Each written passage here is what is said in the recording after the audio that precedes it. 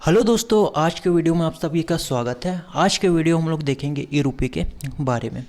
उससे पहले जान लेंगे कि ये ई रुपये अभी चर्चा का कारण क्या है, ई रुपये क्या है, ई रुपये का कार्य कैसे करता है और ई रुपये से भारत पे क्या इफेक्ट पड़ने वाला है। ठीक है, तो यही हम लोग का आज का बेस लाइन रहेगा। यही बेस लाइन के तहत आज हम लोग वीडियो में पूरा ई रुपये के बारे में समझेंगे। ओके, आगे चलते हैं। चर्चा का कारण देख लेते हैं ई रुपये का। ठीक है, तो चर्चा का कारण क्या है। 2 अगस्त 2021 को देश के प्रधानमंत्री नरेंद्र मोदी जी ने पेमेंट के लिए एक नया प्लेटफॉर्म तैयार किया जिसका नाम है ई रुपये। यह यूपीआई के तरह ही काम करेगा, लेकिन यह यूपीआई से थोड़ा अलग होगा। ये जिस काम के लिए दिया जाएगा वही काम होगा। इसमें चोरी या भ्रष्टाचार जैसे करप्शन जैसे काम नहीं हो पाएगा। हम लोग देखेंगे इसमें करप्शन या चोरी जैसे काम क्यों कैसे नहीं हो पाएगा, उसको आगे देखेंगे। सबसे पहले कुछ मैं हाईलाइट यूज़ कर लेता हूँ कि जो चीज़ इम्पोर्टेंट है। ठीक है, जो क्या होता है एग्ज़ाम पे आ सकता है। तो ये आ सकता है 2 अगस्त 2021 को ई रुपये को लॉन्च किसने किया था, तो नरेंद्र मोदी जी ने किया था। और ये क्या है, पेमेंट के लिए एक प्लेटफॉर्म है। जैसे यूपीआई है ना, वैसे क्या है ई रुपये भी है, लेकिन ये थोड़ा सा अलग होगा। अलग क्यों होगा, क्योंकि इसमें किसी प्रकार का करप्शन या चोरी नहीं होगा। ठीक है, इसको देखेंगे करप्शन और चोरी कैसे नहीं होगा, वो आगे आगे जैसे जैसे बढ़ते जाएगा ना वीडियो, तो वैसे वैसे समझ आते जाएगा। नेक्स्ट चलते हैं, ई रुपये क्या है। यूपीआई का ही एडवांस वर्जन क्या है, ई रुपये है। इसकी शुरुआत 2 अप्रैल 2021 को हुआ है। ठीक है, किसका, यूपीआई का, सॉरी यूपीआई का नहीं, ई रुपये का शुरुआत कब हुआ है, 2 अप्रैल 2021 को हुआ है। और जो यूपीआई है ना, जिसको अभी हम लोग यूज़ करते हैं, ठीक है, पेमेंट मतलब किसी को देने के लिए, ठीक है, ट्रांसफ़र करने के लिए, तो उसका जो शुरुआत हुआ था 11 अप्रैल 2016। देखो, दोनों अप्रैल में हुआ, एक 2 अप्रैल को हुआ है और एक तो कब हुआ है, एक 11 अप्रैल को हुआ है ना। तो ये दोनों डेट याद रखना, ये भी पूछ सकता है। यह दोनों को NPCI अर्थात national payment corporation of India, यह देश में जितने भी पेमेंट होता है उसका नियंत्रण यही करता है। कौन, देश में जितने भी क्या होता है पेमेंट होता है ना, ट्रांजैक्शन, उसका जो कंट्रोल कौन करता है, NPCI अर्थात national payment corporation of India. Hindi में हम लोग कहते हैं भारतीय राष्ट्रीय भुगतान निगम। ठीक है, आगे चलते हैं। ई रुपये के तहत भ्रष्टाचार कम होगा, क्योंकि जब भी सरकार जनता के लिए कुछ अच्छा काम करता है, लेकिन जनता के पास सरकार का वह सुविधा पहुंच नहीं पाता। जैसे देख लेते हैं, जैसे कैसे हैं, जैसे सरकार किसी को कब्जा देना चाहता है तो सरकार के पास 2 ही विकल्प है, 2 ही ऑप्शन है। एक तो डायरेक्ट पैसा दे दे या कपड़ा दे दे, लेकिन यह दोनों चीज़ जनता के पास पहुँचते पहुँचते या तो कम हो जाता है या तो कपड़े की गुणवत्ता को कम कर दिया जाता है। तो ई रुपये इस समस्या को पूरी तरह से ख़त्म कर देगी, क्योंकि यह विशेष उद्देश्य के लिए मतलब कोई पर्टिकुलर एक काम के लिए दिया जाएगा और इसे जिसे दिया जाएगा वही आदमी इसका लाभ उठा सकता है। आगे क्या क्या है, आगे देखेंगे ई रुपये कार्य कैसे करेगा। तो ई रुपये QR कार्ड मतलब QR का मतलब फुल फॉर्म क्या होता है, क्विक रिस्पॉन्स, और SMS अर्थात शॉर्ट मैसेज सर्विस के तहत काम करेगा। ठीक है, कई लोग के पास क्या होता है, एंड्रॉयड रहता है, और कई लोग के पास क्या होता है, कीपैड वाला मोबाइल होता है।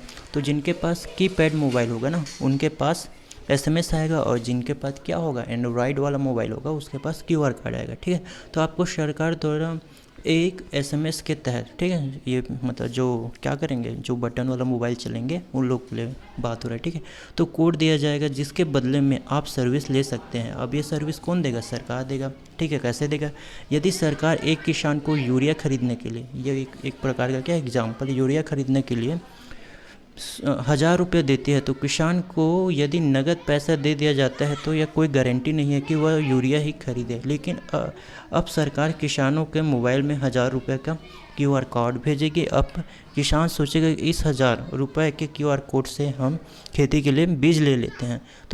तो किसान अब उस QR कोड को बीज वाले दुकान के पास ले जाएगा और सोचेगा कि अब उस बीज वाले दुकानदार उस QR कोड के बदले हमें 1000 का बीज दे देंगे। लेकिन ऐसा होगा नहीं। क्यों नहीं होगा, देखते रहो। लेकिन अब उस बीज वाले दुकानदार उस QR कोड को स्कैन करेगा तो QR कोड इनवैलिड कहेगा, क्योंकि इनके पीछे खड़ा है NPCI। ये क्या करता है, हमारे देश में जितना भी ट्रांजैक्शन होता है उनको क्या करता है, नियंत्रित करता है। साथ ही जो कोड केवल यूरिया खाद के लिए ही वैलिड होगा। NPCI ने QR कोड यूरिया से संबंधित दुकान में ही भेजता है, न कि बीज की दुकान में। इसलिए यूरिया का QR कोड बीज के दुकान में ही वैलिड कहलाएगा। आप लोग को समझ नहीं आ रहा होगा जो क्या होता है, थोड़ा सा समझ लो यहाँ पे, ठीक है। जो NPCI,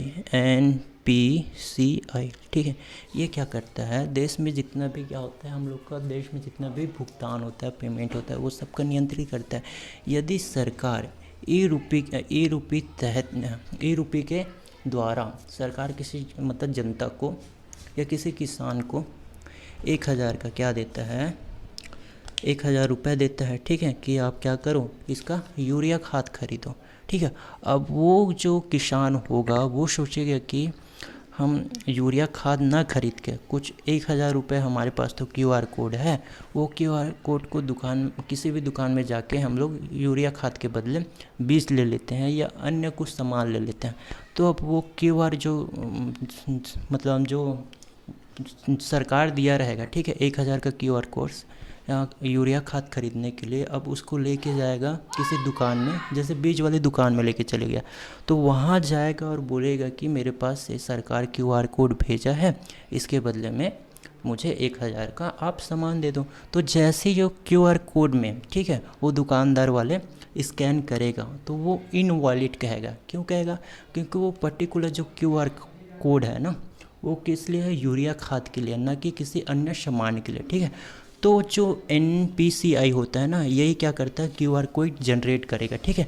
और एक ठो ये NPCI एक ठो QR कोड अपने पास रखेगा, एक ठो जनता के पास भेजेगा और एक ठो वो दुकानदार वाले के पास भेजेगा, जिसके पास से क्या है, यूरिया खाद खरीदना है।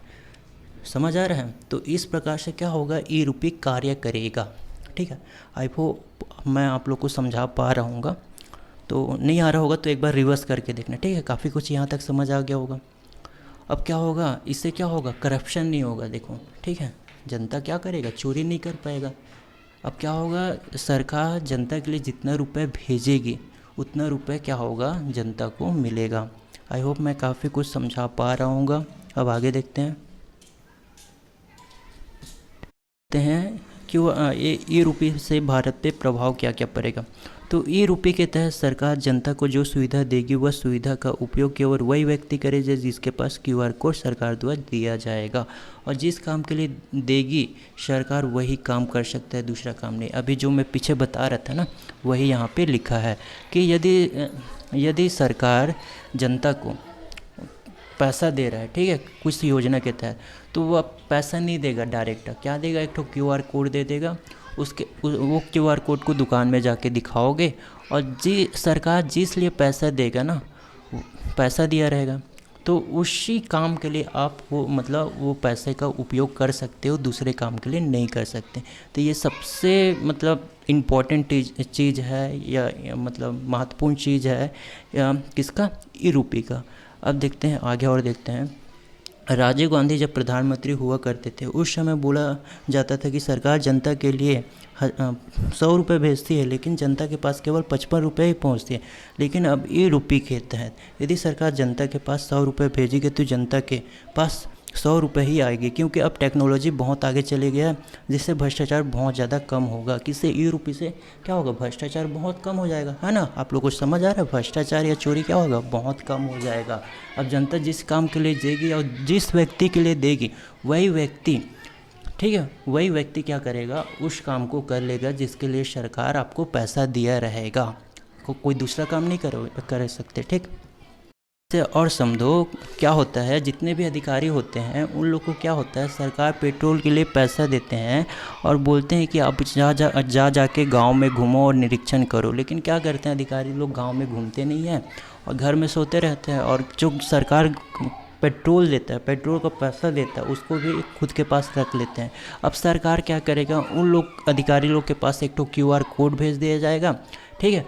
और NPCI भी पेट्रोल पंप वाले को, वो वाले एरिया में जितने पेट्रोल पंप रहेगा वहाँ भी क्या कर दिया जाएगा, QR कोड भर दिया जाएगा। अब क्या होगा, अधिकारी लोग जब पेट्रोल भराने जाएंगे तो वो QR कोड का उपयोग करेंगे, और जैसे QR कोड को वहाँ स्कैन करेंगे तो आपको 1000 रुपये का पेट्रोल मिल जाएगा।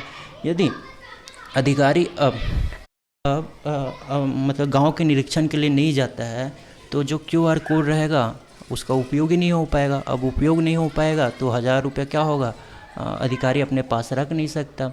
अब क्या करेगा, 2-3 दिन या महीने भर या ठीक है 1-2 साल बाद वो हो ही नहीं रहा उपयोग QR कोड का, तो जो QR कोड में जो पैसा रहेगा 1000 रुपया, उसको NPCI,